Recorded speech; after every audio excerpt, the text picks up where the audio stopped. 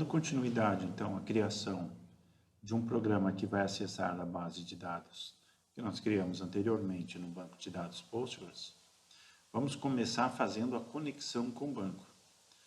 Para isso, então, eu tenho que acessar os componentes que são referentes a acesso ao banco de dados. Eles estão na aba SQLDB. O banco que nós utilizamos é o Postgres, no nosso exemplo. Então, eu seleciono a conexão do Postgres, esse é daqui do Elephant Seat. Seleciono, vou colocar um nome aqui dessa conexão para ficar mais interessante e não confundir, né? Vou chamar aqui de banco. Propriedades, database, nome. Banco é o nome da base que nós criamos. Localhost é em que servidor está hospedado o nosso banco, né? Então está na própria máquina que eu estou aqui desenvolvendo, localhost. Uma outra forma seria colocar o endereço de loopback, 127.0.0.1. O password Postgres, que é o password que eu estou utilizando, é lógico que vocês devem estar utilizando um outro password utilizado na instalação do Postgres. Muito bem. Para gerenciar a conexão com o banco, eu preciso de um transaction. Vamos botar aqui o nome do transaction, do componente, transaction. Vamos linká-lo com o banco, com o componente do banco, certo? Então, está feito aqui o link. Banco de dados, banco, 127.0.0.1 é nosso IP, né, loopback. O login vai ocorrer com o password que eu utilizo, então olhe qual é o password. Eu também utilizo como usuário Postgres, certo? Não é tema daqui usuário, segurança de banco, então esse tipo de coisa não será abordada. Está bem no básico, no trivial. Vamos agora então ver, após feita a conexão, se está tudo ok, basta eu selecionar o componente, clicar em conectar. Ok, conectou, não deu nenhuma mensagem, quer dizer que houve sucesso. Vamos agora então selecionar o SQL. Para o SQL eu direciono qual é a base, né, que é o componente aqui do banco.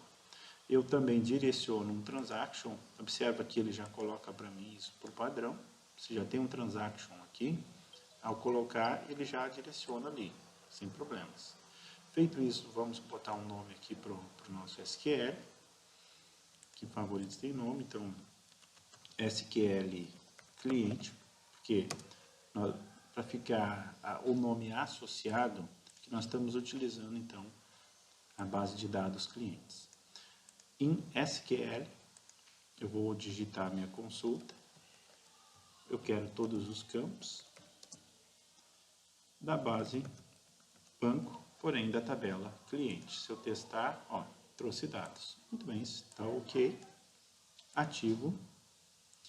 Agora vamos utilizar de componentes para que essas informações venham para os componentes. Para isso eu tenho Data Access. Data Access é que faz acesso aos componentes. Então, seleciono um Data Access. Esse Data Access, o nome dele, vamos botar aqui, Data Access, Data Source, né? Data Source para cliente. Muito bem. E agora vamos fazer as ligações desse Data Source com a tabela, né, que nós criamos aqui, componente SQL Clients. Então, dataset SQL Clients. Está feita a conexão. Esta conexão aqui não deve ser feita, ó, o Data Source apontado aqui. Nenhum.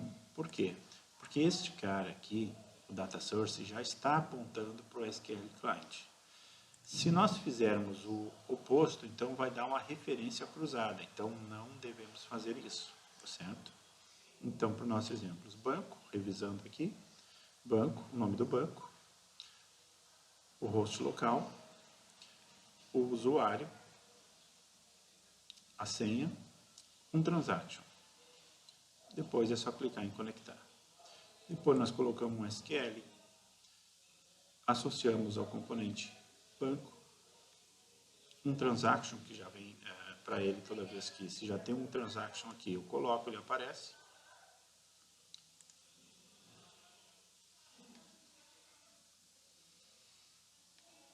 E vamos aqui em SQL, digitamos a nossa consulta, depois ativamos a tabela aqui em Action. Colocamos um Data Source está na tabela Data Access, né? Por isso eu me referi a Data Access, mas é o componente Data Source. E aí fizemos aqui a conexão. Com tudo conectado, podemos começar a colocar então os componentes.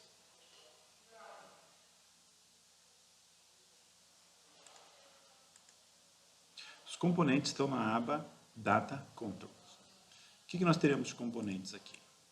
Esse componente aqui vai ser um componente para o código. Nós teremos um componente que será usado para o nome.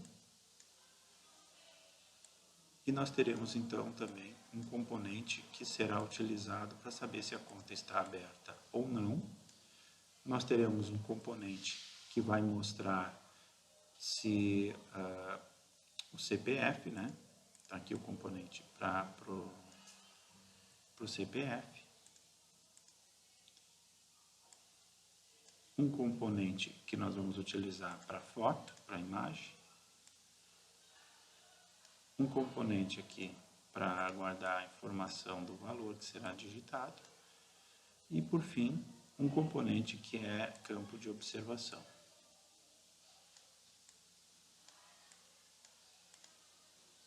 Como eu faço a conexão, seleciono aqui o componente. Aqui em Data Source eu seleciono o Data Source que nós colocamos. Ao fazer isso no campo de cima, que é Data Field, ele permite que eu selecione qual é o campo que eu quero que apareça aqui. Eu quero que apareça o código do cliente. Aqui eu quero que apareça o campo nome do cliente. Aqui eu quero que apareça se a conta está aberta ou se a conta está fechada. Aqui eu quero que apareça se está o CPF. Aqui eu seleciono e eu quero que apareça, no caso, o saldo. E aqui é o campo de observação, onde vai ser digitada alguma observação sobre o cliente. Por fim, vem o campo Data Source, onde eu seleciono aqui a foto para o usuário. Muito bem, faltou só mais um campo, que seria, no caso, a classe. Vai selecionar uma classe.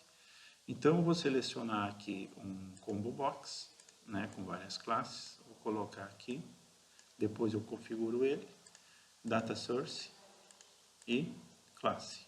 Muito bem. No caso aqui, classe 1, nós podemos depois melhorar isso aqui e mudar. Feito isso, falta um último componente, que é aquele que nós vamos usar para inserir os botõezinhos, né, de inserir, incluir, alterar. E aí basta selecionar aqui o Data Source para ele. Muito bem. Feita a configuração de todos os componentes, o próximo passo agora é fazer então o funcionamento deles. A gente explica no próximo vídeo.